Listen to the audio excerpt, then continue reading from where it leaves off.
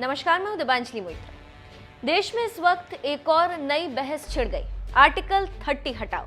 Media से लेकर social media तक आर्टिकल 30 को हटाए जाने की मुहिम चलाई जा रही है। गुरुवार को ट्विटर पर तो ये टॉप ट्रेंडिंग में बना रहा। बीजेपी नेताओं ने भी इस आर्टिकल के विरोध में आवाज उठाई। पश्चिम बंगाल के बीजेपी प्रभारी कैलाश विजयवर्गीय ने इस मामले में ट्वीट कर लिखा, देश में संवैधानिक समानता के अधिकार को आर्टिकल 30 सबसे ज्यादा नुकसान पहुंचा रहा है।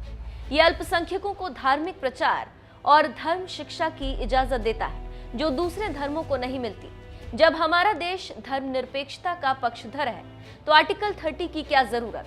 आर्टिकल 30 हटाओ।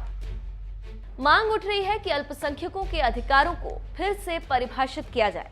आर्टिकल 30 संविधान के मूल सिद्धांत समानता के अधिकार का उल्लंघन करता है।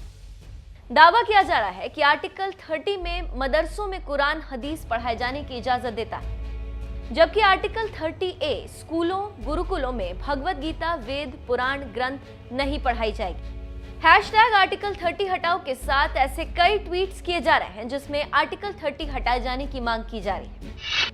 क्या है आर्टिकल 30?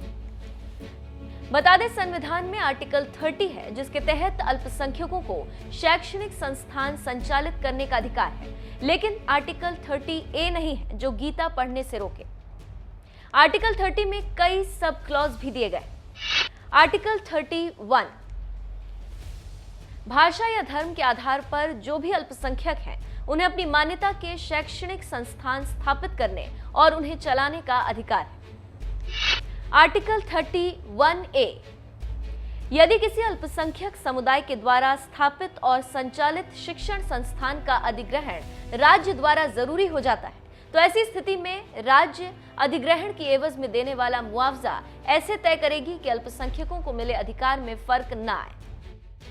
आर्टिकल 32 शैक्षणिक संस्थानों को सहायता देने के दौरान राज्य किसी भी संस्थान के साथ इस आधार पर भेदभाव नहीं करेगा कि वो धर्म या भाषा पर आधारित किसी अल्पसंख्यक वर्ग के अधीन संचालित किया जाता है।